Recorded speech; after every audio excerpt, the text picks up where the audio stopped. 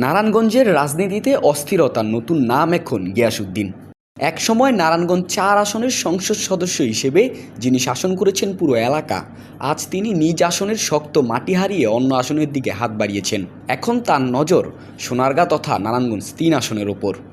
রাজনৈতিক বিশ্লেষকরা বলছেন, ৫ আগস্টের রাজনৈতিক পট পরিবর্তনের পর থেকেই এই আসনে বিএনপির অভ্যন্তরীণ প্রতিযোগিতা আরও ঘনীভূত হয়েছে। সোনারগাঁওয়ে দীর্ঘদিন ধরে দলীয় নেতৃত্বে ছিলেন আজহারুল ইসলাম মান্নান ও সাবেক এমপি রেজাউল করিম। তবে বয়সের ভারে রেজাউল করিম প্রায় ছিটকে পড়ায় শক্ত প্রতিদ্বন্দ্বী হিসেবে এখন একাই মাঠ দখল করেছেন মান্নান।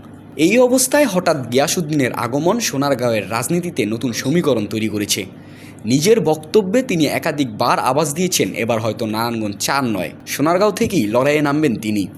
ফলে আজহারুল ইসলাম মান্নানের সমর্থকরা রীতিমতো ক্ষুব্ধ। তাদের বাসায় নিজ আসনে জনপ্রিয়তা হারিয়ে অন্যের আঙ্গিনায় গিয়ে টিকিট খোঁজা রাজনৈতিক দেউলিয়াত্বের পরিচয়। গোপন সূত্র বলছে, গিয়াসউদ্দিন ইতিমধ্যেই স্থানীয় প্রভাবশালী নেতাদের সঙ্গে বৈঠক শুরু করেছেন। নতুন সমর্থক তৈরিতে মাঠে নেমেছেন তার ঘনিষ্ঠরা। এরই মধ্যে সোনারগাঁয়ের গ্রামে-গঞ্জে কান পাতলে শোনা যাচ্ছে নতুন নতুন গুঞ্জন। এক পাশে মান্নানের অটল অবস্থান, অন্য পাশে গিয়াসউদ্দিনের অতর্কিত থাবা। কাকে বেছে নিবে বিএনপি হাইকমান্ড?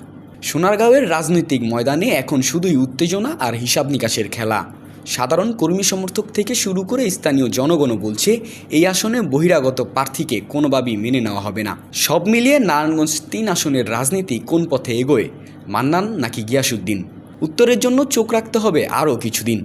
তবে এ কথা নিশ্চিত, সোনারগাঁওয়ে বিএনপির রাজনীতির আকাশে এই মুহূর্তে বিদ্যুৎ চমকাচ্ছে। বৃষ্টি নামবে কখন তা সময়ই বলবে। উজ্জীবিত বাংলাদেশ, নারায়ণগঞ্জ।